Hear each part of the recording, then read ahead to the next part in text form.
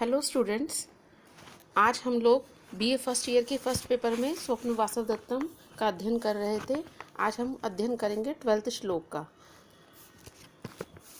विस्रब्धम हरिणा चरन्ति अचकिता देशागत प्रत्यया वृक्षा पुष्पफलै समृद्ध विटपाः सर्वे दयारक्षिताः भूयिष्ठं कपिलानि गोकुल धनानि क्षेत्रवत्यो दिशो निसंदिग्ध इदं तपोवनम अयम धूमो ही बहवः आश्रयः। यहाँ पर इन चिन्हों को देखकर ऐसा प्रतीत होता है कि आसपास तपोवन होना चाहिए। इस श्लोक में ब्रह्मचारी का कथन है कि इन संकेतों को देखकर, इन निशानियों को देखकर ऐसा लगता है, जो प्रस्तुत श्लोक में वर्णित हैं, इसके आधार पर ये पता चलता है कि आसपास आश्रम की, तपोवन की जो भूमि है वो होनी चाहिए। अत्र यहाँ देशागत प्रत्यय, देश व स्थान से विश्वास व परिचय होने के कारण हरिणाः, हिरणों जो मृग हैं उनका झुंड, अचकिताः बिना चौंके बिना घबराए, चरंती विचरण कर रहा है, सर्वे वृक्षाः सभी वृक्ष, दयारक्षिताः दया भाव से, प्रेम से पाले पोसे गए हैं, क्योंकि सभी वृक्ष पुष्प फलई फूलों और फलों से समृद्ध हैं। समृद्ध विटपाः समृद्ध टहनियाँ, शाखा वाले सभी प्रकार के ये वृक्ष यहाँ पर दिखाई देते हैं। ऐसा लगता है प्रेम पूर्वक इनको पाला पोसा जाता है, समय समय पर इनका ध्यान दिया जाता है, इन पर पानी इनको दिया जाता है और इनकी बहुत अच्छी तरह से इनको यहाँ पर सुरक्षा प्रदान है, इनकी यहाँ पर देखभाल की जाती है। कपिलानी कपिल वर्ण वाली गोकुल धनानी गायों के समूह रूपी धन से भूयिष्ठम बहुत ही ज्यादा, दिशाः दिशाएं, अक्षेत्रवत्याः बिना खेतों वाली हैं। कहने का अभिप्राय, दूर दूर तक हम देखते हैं तो हमको साफ बिल्कुल स्वच्छ स्थान दिखाई देते हैं, बिना खेत वाले, मतलब खेतों का किसी प्रकार का कोई बाउंड्रीज नहीं की गई हैं, बिना खेतों वाली ये ज़मीन हमको दिखाई दे रही है। और इस ज़मीन में क्या दिखाई देता है?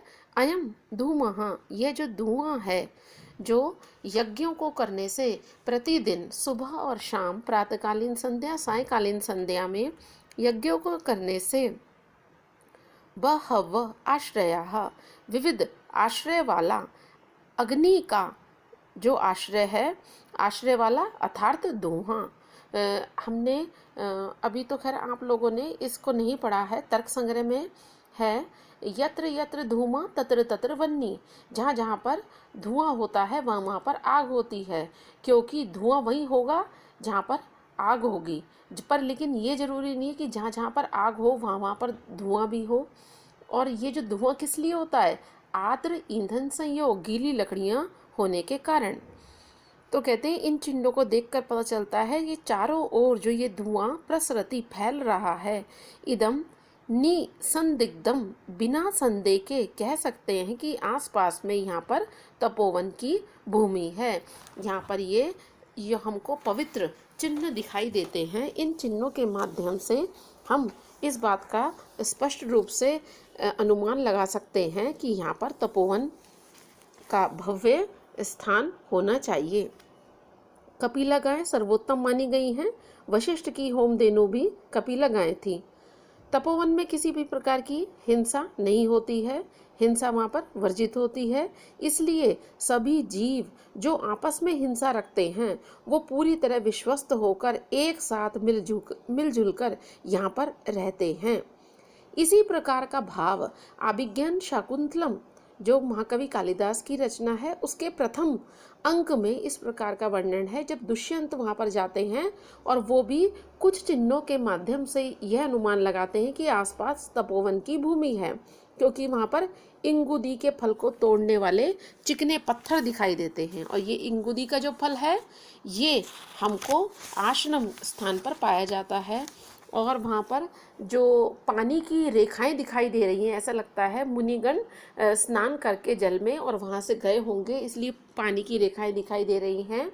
और वनस्पति चारों ओर पुष्पित और पल्लवित है, और भी बहुत सारे चिन्हों के आधार पर। उसी प्रकार से महाकवि भास ने स्वप्न वासव दत्तम के इस प्रथम अंक में बहुत सुंदर सा चित्रण किया है और यह बताने का प्रयास किया है कि यदि वहाँ पर तपोवन है आसपास तो वो इन चिन्हों के आधार पर अनुमान लगा सकते हैं। स्वाभाविक सा वर्णन होने के कारण स्वभावोक्ति अलंकार है, काव्यलिंग अलंकार है।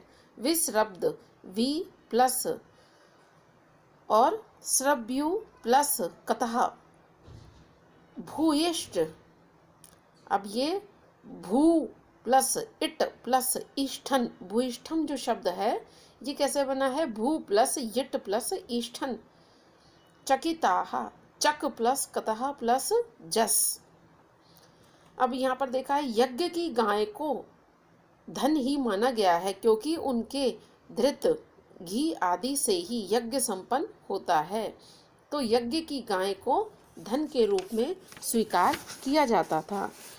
तब वहाँ पर प्रवेश करता हूँ, इस प्रकार का ब्रह्मचारी कहता है कि ठीक है मुझे यहाँ पर प्रवेश करना चाहिए, और ये कैसी विपत्ति आ गई है कि अब आग लग गई, और इस प्रकार से उनकी जो पत्नी है वो मर गई और योगेंद्रायण भी उसको बचाने के लिए कूदे थे, लेकिन उसमें तो वासव दत्ता पूरी तरह से जल गई और उसने अपने प्राणों को छोड़ दिया। कहने का अभिप्राय वो इस संसार में अब नहीं है। योगेंद्रायण फिर उससे बोलता है कि इसके बाद क्या हुआ? फिर ब्रह्मचारी कहता है फिर पृथ्वी पर लौटने से लगातार राजा जो शोक मना रहे थे वो जमीन पर लेट रहे थे। हाय वासव दत्ता, अवंती राजपुत्री, तुम कहाँ चली गई मेरी शिष्य? क्योंकि इन्होंने उसको वीणा, घोषवती वीणा बजानी सिखाई थी, इसलिए वो प्रलाप करते हैं। अब 13वें श्लोक में इसी प्रकार का वर्णन है कि अब राजा जो हैं दुष्यंत वो किस प्रकार से उसके लिए शोक मना रहे हैं कि वो आज भी मानो जल जाने के बाद भी अपने पति की यादों में जीवित है। तो ऐसा लगता है संसार में ना होते हुए भी आज वो जीवित है। नैव इदानीं तादृशा चक्रवाकाः न एव अन्ये स्त्री विशेष वियुक्ताः धन्या सा स्त्री याम यथा वेत्ति भर्ता। 3rd लाइन में कि धन्य है वो स्त्री, धन्य है वो स्त्री जिसका पति उसको मर जाने के बाद भी याद करता है। भृत स्नेहात, पति के प्रेम से स ही दग्ध अपि अदग्धा। पति के प्रेम के कारण भृत यानी जो उसका भरण पोषण करता है, अर्थात उसका स्वामी, उसका पति। कौन है उसका पति?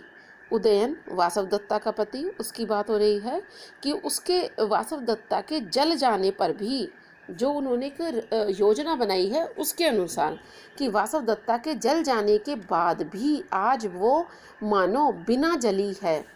इस समय वैसे, इदानीम इस समय, तादृशा वैसे, चक्रवाकाः चकवा चकवी के वो जोड़े अब नहीं दिखते हैं। स्त्री विशेषई, विशेष प्रकार की जो स्त्रियां हैं, विशेष प्रकार की, जैसे हम अपने पढ़ते हैं सीता, शकुंतला, और भी हम जो अपने ऐसी स्त्रियां जिनको बहुत सम्मान और श्रद्धा की दृष्टि से देखा जाता है, आदर की दृष्टि से देखा जाता है। वियुक्ता वियोगी अन्य भी तादृशा, वैसे ही राम, दुष्यंत आदि भी नहीं रहे हैं।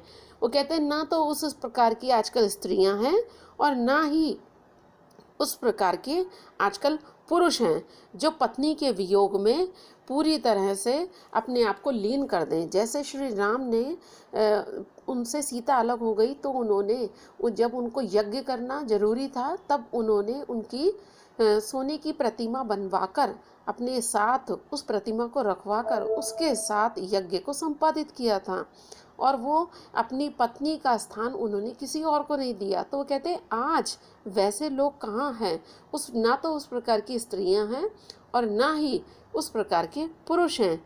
सा स्त्री धन्या, वो कहते हैं सा अर्थात स्त्री के लिए है स्त्रीलिंग में। वह स्त्री धन्य है, धन्य भाग वाली है, जिसको उसका स्वामी तथा वेत्ती वैसा ही जानता है कि मानो अभी वो जीवित है।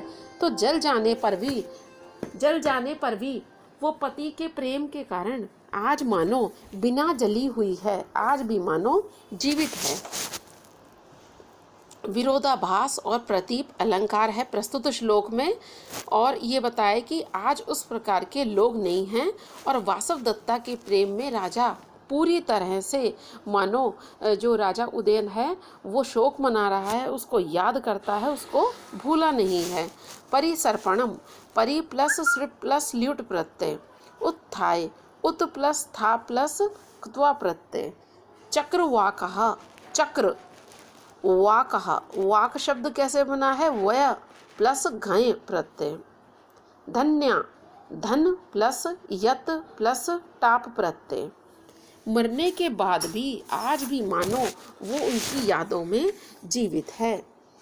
अब राजा की क्या स्थिति हुई है कि उन्होंने क्या क्या स्थिति अपनी बना रखी है, उनके साथ साथ यहाँ पर वो बता रहा है ब्रह्मचारी, वो बता रहा है कि उनके साथ साथ जो उनका मित्र है उसकी भी स्थिति कैसी हो गई है। कौन सा उनका मित्र है, वो उनका मंत्री भी है और उनका मित्र भी है, जिसका नाम है रूमणवान। तो रूमणवान के विषय में बता रहा है कि यदि आज राजा अपने प्राणों को छोड़ देते हैं तो वो भी जीवित नहीं बचेगा, वो राजा के दुख में दुख मना रहा है। अनाहारे, अब हम 14वां श्लोक देखेंगे। अनाहारे तुल्य प्रतत लगातार, लगातार रुदित श्याम वदनः शरीरे संस्कारं नृपति सम दुःखं परिवहन दिवा व रात्रौ, दिवा दिन रात्रौ रात, परिचरति यत्नै नरपतिं नृपः प्राणान् सद त्यजति। यदि यदि आज मानो शीघ्र ही अपने प्राणों को सद्य, शीघ्र ही राजा छोड़ देता है, मानो अपने उसके शरीर में प्राण नहीं बचते हैं, तस्यापि तो उसके भी उपरमः निधन निश्चित है। उसका भी निधन, किसका, रूमणवान का निधन भी साथ में निश्चित है, जो कि उसका मंत्री भी है और उसका मित्र भी है, उसका सखा भी है राजा उदयन का। तो यहाँ पर बता रहे हैं अनाहारे तुल्य, भोजन त्याग में उसके समान लगातार निरंतर बहुत ही ज्यादा रुदित रोने से, श्याम वदन, जिसका मुख, जिसके गाल, जिसका मुख श्याम क्षीण हो गया है, नृपति सम दुखम, राजा के जैसा सम समान, दुखम दुखपूर्वक, शरीरे संस्कारम, शरीर के संस्कारों को, अपने रोज के नित्य प्रति के जो कार्य हैं उनको करता हुआ, परिवहन, उनका निर्वहन करता हुआ, दिवा व रात्रो हुआ, दिन या रात, यत्नै प्रयत्न पूर्वक, नृपतिम परिचरति, राजा की लगातार सेवा करता है, दिन हो चाहे तो रात हो। वो केवल अपनी नृत्य पति की जो क्रिया है, नृत्य की क्रिया, जो भी उसका नहाना है और भी जो भी उसको दांतों को साफ करना, शरीर साफ करना, वस्त्रों को धारण करना, जो ये अपनी क्रियाएं हैं उनको ही कर रहा है केवल मात्र, और लगातार राजा की सेवा कर रहा है। यदि नृपः, यदि राजा सद्य शीघ्र अपने प्राणान त्यजति, प्राणों को छोड़ देता है, तो तस्यापि उपरमः निश्चितः, उसका भी निधन, उसके भी प्राणों का चले जाना बिल्कुल ही निश्चित है, वो भी साथ साथ में राजा के चला जाएगा। मंत्री की राजा के प्रति निष्ठा, सेवा और कर्तव्य भावना का चित्रण महाकवि भास ने प्रस्तुत श्लोक में बहुत सुंदर किया है। इसके अतिरिक्त राजा की विरह दशा, जो कि वासवदत्ता के कारण है, उसकी विरह दशा का बहुत मार्मिक चित्रण किया है। श्लोक में काव्यलिंग अलंकार है। उपरमः, उप प्लस स्म प्लस घय प्रत्यय। परिवहन, परि प्लस वह प्लस शत प्रत्यय। श्याम, श्याम, गाल पतले होने, मुंह पतला होना, शयी प्लस क्ता प्रत्यय। संस्कारः, सम प्लस क्री प्लस घय प्रत्यय।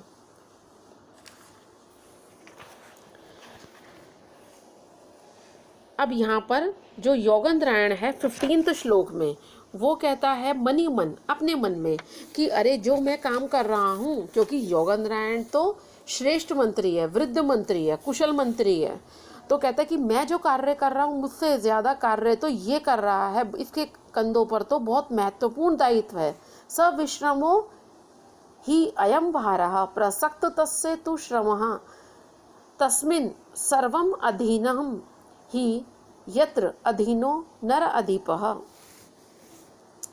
निश्चय अयम भारः, वास्तव में इसका जो भार है, किसका? रूमणवान का।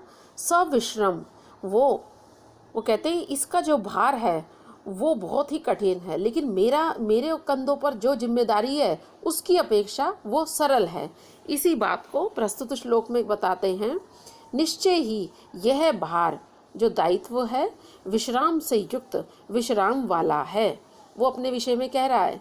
योगेंद्रायण जो वृद्ध मंत्री हैं वो कह रहे हैं अपने विषय में, तस्या उसका, श्रम उसका जो श्रम है, लेकिन उसकी जो जिम्मेदारी है, दायित्व है, तू प्रसक्तः वो तो लगातार बने रहने वाला है, कभी भी समाप्त नहीं होने वाला है। क्योंकि नराधिपः यत्र अधीन, राजा जिन पर आश्रित है सब कुछ, तस्मिन उस पर ही, अधीनम भवती सब कुछ उसी पर अधीन यानी कि आश्रित, निर्भर भवती होता है। क्योंकि राजा जिस पर आश्रित है सब कुछ उसी के अधीन होता है, इसलिए तो वो कहते हैं कि उसके कंधों पर बहुत महत्वपूर्ण दायित्व है। रूमणवान बहुत महत्वपूर्ण अपने कर्तव्य को निभा रहा है। प्रस्तुत श्लोक में स्वभावोक्ति अलंकार है और जीवन के सत्य को उद्घाटित किया है कि यह जो यदि हम किसी के दुख में शोक मनाते हैं, उसका साथ देते हैं, तो हमारे कंधों पर बहुत महत्वपूर्ण दायित्व होता है, क्योंकि वो पूरी तरह हमारे ऊपर आश्रित होता है। उसको सुलाना, उसको कुछ खिलाना, उसको नहलाना, तुम ये कर लो, अब तुम ये कर लो, तुम ये कर लो, सचेत करना उसका ही दायित्व होता है। तो संसार के एक वास्तविक सत्य को उद्घाटित किया है। जो व्यक्ति जिस पर आश्रित है, वो आश्रित जिस पर होता है उसके कंधों का दायित्व और ज्यादा बढ़ जाता है। प्रथम अंक का 16वां श्लोक, जिसमें संध्याकालीन चित्रण है, संध्या के समय क्या क्या क्रियाएं होती हैं उसका वर्णन है, और यह परीक्षा की दृष्टि से भी एक अच्छा श्लोक है। कांचुक्य कहता है, अब ये सारी बात होती है, वो कहता है कि ठीक है हम पुनर्दर्शन के लिए हम पधारे। योगेंद्रायण कहता है हाँ ठीक है मैं फिर आऊँगा। वो पद्मावती के पास धरोहर के रूप में अपनी बहन को सुरक्षित रख देता है, वासवदत्ता को, और फिर वो वहाँ से विदा लेता है जाने के लिए। फिर उसको कहा जाता है कि हाँ अब मैं चलता हूँ, ये तो सब आपकी कृपा है। अब फिर उससे कहा जाता है कि आप वापस आना, तो कहता है ठीक है अब मैं वापस शीघ्र ही आऊँगा। फिर उसके बाद कांचुक्य कहता है तो आप आए, आप इधर से इधर से इधर से, क्योंकि इस समय वो कहता है चलो ठीक है अब हम भी चलते हैं, क्योंकि देखिए ये शाम का समय हो गया है। खगा वासोपेता सलीलम अवगाढ़ो मुनि जनः प्रदीप्त अग्निर्भाति प्रविचरति धूमो मुनिर्वनम परिभ्रष्टो दूराद रवि अपि च संक्षिप्त किरणो रथम व्यावर्त्य असौ प्रविशति शनै अस्त शिखरम। धीरे धीरे सूरज ने अपने रथ को, अपनी किरणों को समेटकर अपने रथ पर सवार होकर अस्तांचल के शिखर में प्रवेश सूरज कर रहा है। ये शाम के समय में जब सूरज अस्त होता है तो क्या क्या क्रियाएं होती हैं।